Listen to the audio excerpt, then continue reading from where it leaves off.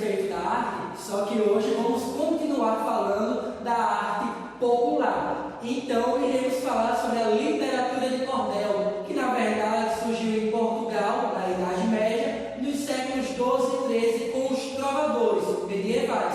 E quem eram os trovadores, professor? Bem, só para lembrar, os trovadores, eles eram os poetas que acabavam cantando os seus poemas. E por a população, em sua grande maioria, ser analfabeta, acabava entendendo muito bem as mensagens, as histórias, porque se aproximava do seu cotidiano, se aproximava da sua linguagem, do seu entendimento. Além disso, vale a pena ressaltar que com o passar do tempo, principalmente no período da Renascença, houve um grande avanço tecnológico. E isso proporcionou e propiciou também a impressão desses poemas que ficavam pendurados em cordões, por isso que dá-se o nome de cordéis. Aqui no nosso país, ele veio se popularizar já no século XVIII com a colonização portuguesa e se espalhou por diversas regiões, principalmente nos estados da Paraíba, Pernambuco, Bahia, Ceará e Rio Grande do Norte. E os primeiros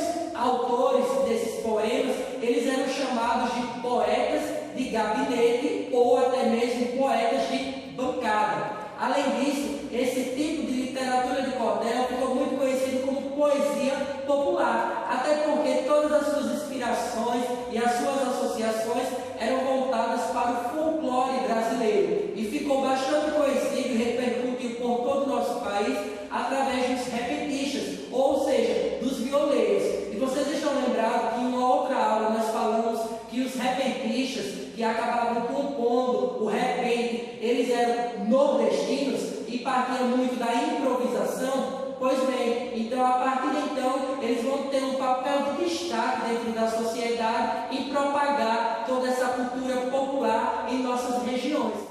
Falando um pouco das características da literatura de cordel, nós podemos ressaltar duas. A primeira é que de suma importância para o folclore, uma vez que fala, aborda, retrata os costumes locais, e isso acaba fortalecendo para uma identidade cultural da nossa nação ou principalmente do povo nordestino. A segunda é que se utiliza bastante da xilogravura, uma técnica que nós já vimos em um outro vídeo, que foi aprendida pelos chineses e trazida pelos portugueses durante a colonização, e que também acaba enriquecendo os poemas, as histórias, por meio das ilustrações. Agora, quando nós falamos sobre os escritores de cordéis, podemos citar Leandro Gomes de Barros, onde ele tem uma composição de 240 histórias, que se tornaram conhecidas pelo Brasil por meio da peça do dramaturgo brasileiro também, Ariano Suassuna, que foi o Alto da Compadecida. Então, o Testamento da Cachorrinha, como também o Cavalo que Defecava Dinheiro, são criações de Leandro Gomes de Barros. O corpo de uma criança esculpido em barro, o corpo de barro segura em outro, de boneca, de brincadeira de criança. O olhar da criança vê o sol ou a lua, vê a brincadeira na rua. O artesão com suas mãos transformou o barro em expressão. Ele observou o viver cotidiano da menina e transformou a vida em arte popular. Popular porque é de todos, porque é para todos. Hortência Maia e Marina Clara. Falando um pouco de cultura popular, nós podemos trabalhar o sentido da espontaneidade ou até mesmo da expressão improvisada do povo. A expressão cultura popular está atrelada ao sentido daquilo que é do povo, ou seja, aquilo que é feito para o povo, é de todos. E isso se constitui um processo que vai definir muito o que somos e o que nós podemos nos tornar. Ou seja, é a necessidade de interação das pessoas a partir dos seus costumes, dos seus valores, dos hábitos, das suas crenças, que vai estar formando a sua identidade, a sua marca registrada dentro de uma sociedade como um todo. E a cultura, ela pode ser influenciada por questões geográficas, históricas, econômicas, e também pode ter diversas diferenças no sentido do ato de se vestir, de falar, hábitos alimentares, comportamentais, ou seja,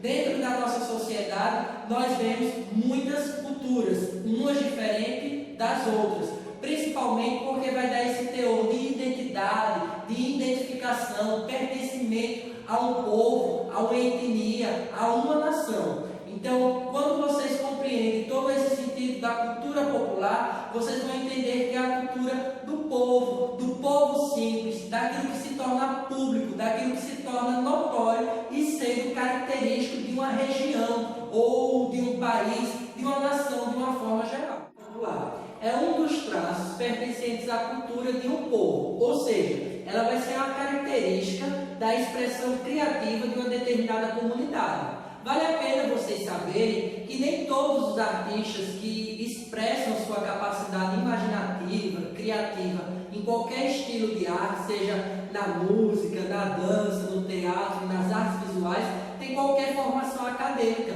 ou seja, tem algum diploma em mãos. Pelo contrário, muitas das vezes eles acabam aprendendo por meio da tradição familiar, da oralidade e também da observação, da percepção do seu cotidiano, do seu dia a dia. Então, eles transformam a sua observação e a sua percepção acerca daquilo que está ao seu redor, da sua comunidade, da região, em um fazer artístico e criativo. E eles vão utilizar muito dos materiais que vai ter em abundância dentro da natureza ou também na comunidade a qual ele pertence. Por exemplo, tem muitas obras, muitas esculturas na região mineradora do Ouro Preto, em Minas Gerais, que foram realizadas em pedra. Já nas comunidades indígenas, para realizar a confecção de ornamentos, eles utilizam penas de aves ou até mesmo sementes coloridas de algumas plantas. Além disso, na região de Pernambuco, o que muito é utilizado para a produção do artesanato é o barro. Nós temos um artista pernambucano, um artista popular pernambucano,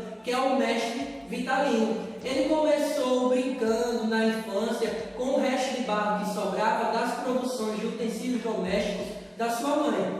E quem de vocês, assim como eu também, já não brincou um pouco a respeito com o barro, com a natureza? Meus avós, principalmente minha avó, ela produzia muitos bonecos, carrinhos de boi, panelinhas para minhas amigas fazerem comidas, ou até mesmo para minhas primas, e a gente se divertia. Então, além disso, o mestre Vitalino, ele também teve toda essa experiência. Ele começou a produzir com o resto de barro, que era realizado as jarras, os copos, as panelas, os utensílios da casa de sua mãe. Ele pegou e foi utilizar para construir bonecos, carrinhos de boi e vender na feira local. Quando ele se tornou adulto, suas obras se tornaram bem mais reconhecidas nacionalmente e ele é um grande representante da arte popular. E o seu filho acabou dando continuidade a toda essa expressão artística.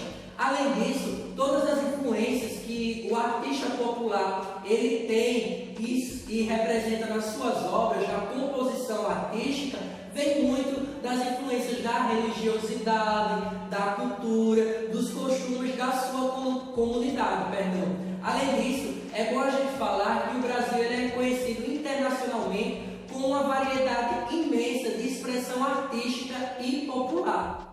O artista popular ele vai produzir muitas obras que serão de grande importância para a identidade da comunidade, do povo a qual ele pertence ou foi inspirado. E isso pode ser representado por meio das esculturas, pinturas, desenhos, canções, piadas, cantigas, da sua religiosidade. Além disso, vale a pena ressaltar que tudo isso vai ser a partir da sua percepção do cotidiano e da religiosidade do seu povo.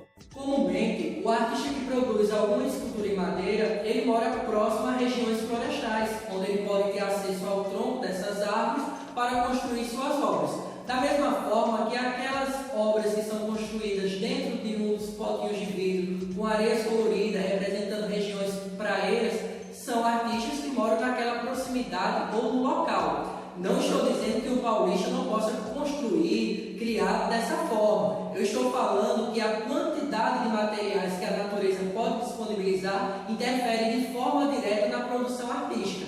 Na atualidade, nós vemos diversos materiais que podem ser produzidos nessas obras que eu estou falando. mas manter a essência, o tradicional, marca e ainda deixa a sua identidade sem ser alterada, a identidade dessa produção artística, cultural, local, pertencente à identidade de uma determinada comunidade. Agora eu gostaria de lhe fazer uma pergunta. Se você fosse observar a sua comunidade, a sua cidade, a região que você mora, a partir de que material você poderia produzir alguma obra de arte, seja na pintura, na escultura ou na música? Ou se você fosse analisar até mesmo a cidade, quais são os tipos de manifestações artísticas predominantes? Gostaria que vocês observassem para que vocês possam entender o quanto a percepção e a observação daquilo que está à nossa volta pode favorecer, nos influenciar ou até mesmo nos inspirar a produzir algo que vai refletir a nossa comunidade, a nossa identidade,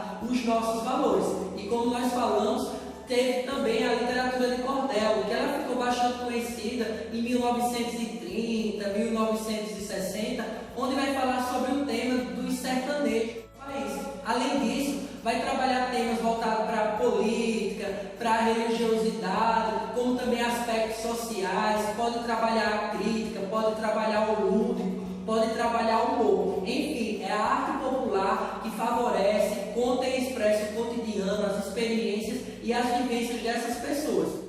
Espero que vocês tenham compreendido um pouco mais a respeito do que significa o termo cultura, e quando nós falamos sobre cultura popular, arte popular, suas influências, os principais materiais e o quanto a observação e a percepção do artista ou da gente enquanto autor de uma determinada história ou de uma determinada obra é muito importante para construir e expressar a nossa identidade, os nossos valores, nossas crenças, conceitos, ideologias. Espero contar com vocês na nossa próxima aula.